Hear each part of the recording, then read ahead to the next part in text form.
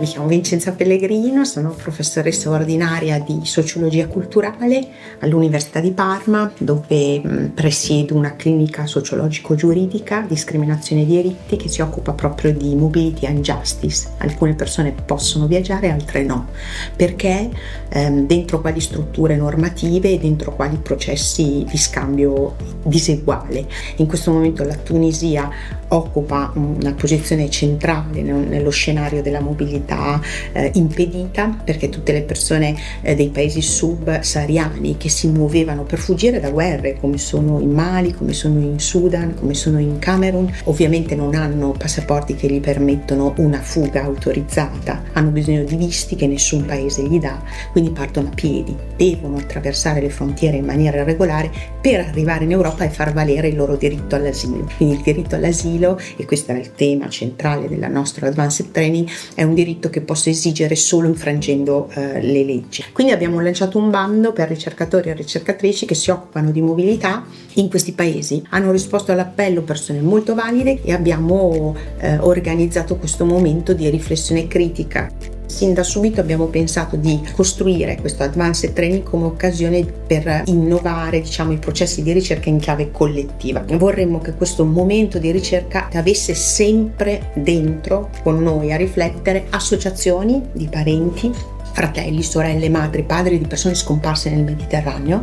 La Tunisia è molto vivace in questo, ha tantissime associazioni che si battono per il diritto alla mobilità, molte delle quali legate alla memoria di persone che sono partite e sono scomparse. Allora, produrre riflessioni non solo con ricercatori ma con associazioni che si occupano di queste cose è stato il primo elemento metodologico del nostro Advanced Training. Il secondo elemento metodologico è stato di aprire a 10 posti per studenti e studentesse di scienze politiche e di programmazione e gestione dei servizi sociali dell'Università di Parma. È stato molto importante essere lì perché anche noi abbiamo un passato migratorio, nel senso, io personalmente ho una mamma che viene dall'Ucraina, quindi ha vissuto la rotta migratoria, e io l'ho vissuta 2 volte, nel senso che l'ho vissuta dalla pelle di mia mamma e sulla mia pelle perché sono andata a vivere lì dopo essere nata in Italia.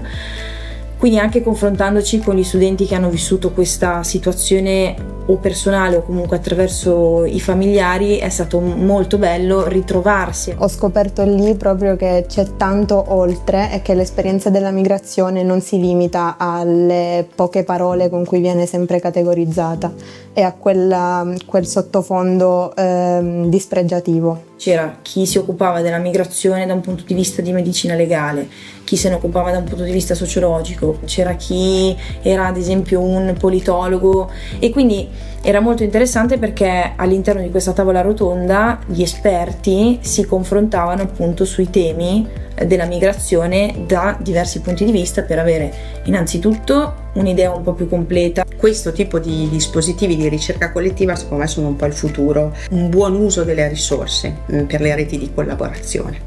Abbiamo conosciuto i ragazzi del posto, i ragazzi dell'Università di SUS, siamo ancora in contatto alcuni di noi con loro e ci piacerebbe appunto continuare questo rapporto, ecco. Ci sarà un seguito proprio perché si è creata una bella rete all'interno dell'Università di SUS per poter proseguire anche questo progetto in Italia, che dovrebbe esserci proprio dall'anno prossimo, da febbraio-marzo. I docenti e anche la dottoranda che c'era all'Università di SUS verranno appunto in Italia, qua a Parma.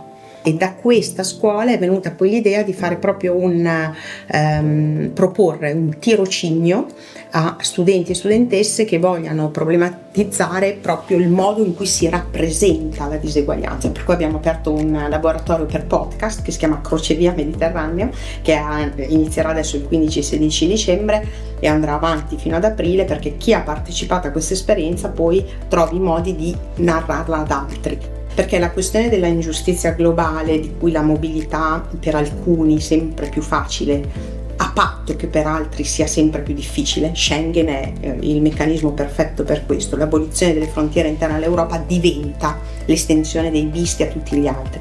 Perché alcuni prendano aerei sempre più velocemente, moltissimi altri devono restare completamente fermi nei loro luoghi di origine.